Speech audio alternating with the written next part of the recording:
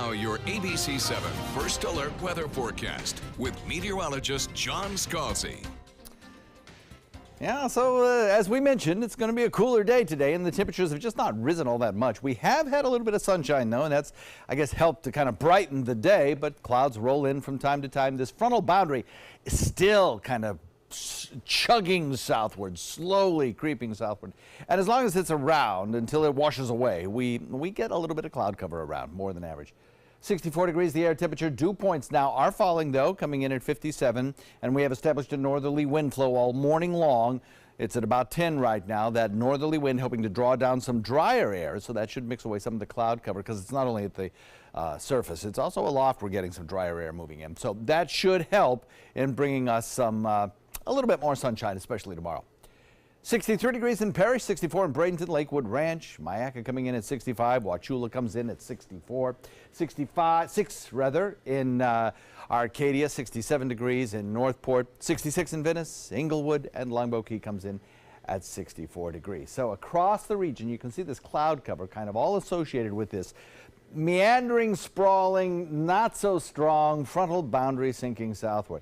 In fact, if you took away the cloud cover, our temperatures would be very similar to where they were yesterday. In a lot of respects, it's the cloud cover that's kind of keeping our heating down. But the north wind is also drawing down some cooler air. So the combination of the two keeping our temperature today about 8 degrees cooler than it was yesterday.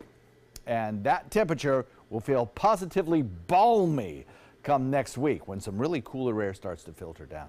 We're looking at quiet conditions now. Despite the cloud cover, we're not getting any rainfall across our region. In fact, most of the nation is pretty quiet. We have a little clipper sinking southward, producing some plains and some heartland snows. And the Pacific Northwest is still kind of a sloppy mess with an onshore wind flow creating rain showers along the coast and snow at the higher elevations of the Cascades.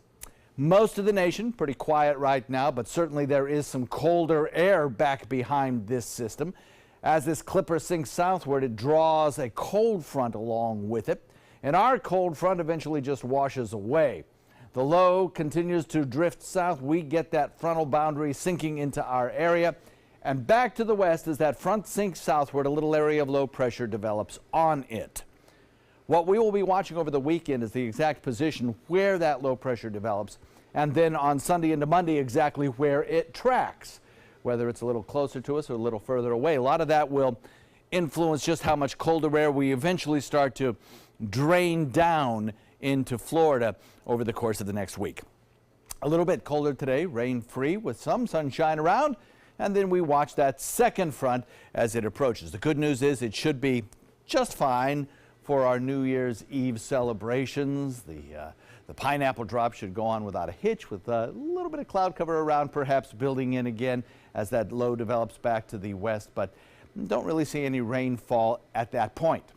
For today, north wind coming in at about 10 knots. Remember, we do have some red tide out there in places, but that northeasterly component should be with us for days in a row, and that should help to blow those toxins back out into open waters. So the 7-day forecast shows several nice days, but cooler days. And then on Sunday, I think we start to cloud up late at night.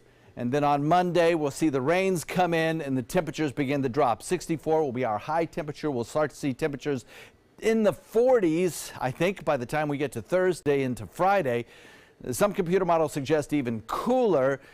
I think you're probably looking at a daytime high temperature that for most of us on Friday was going to be in the 50s for daytime highs, right?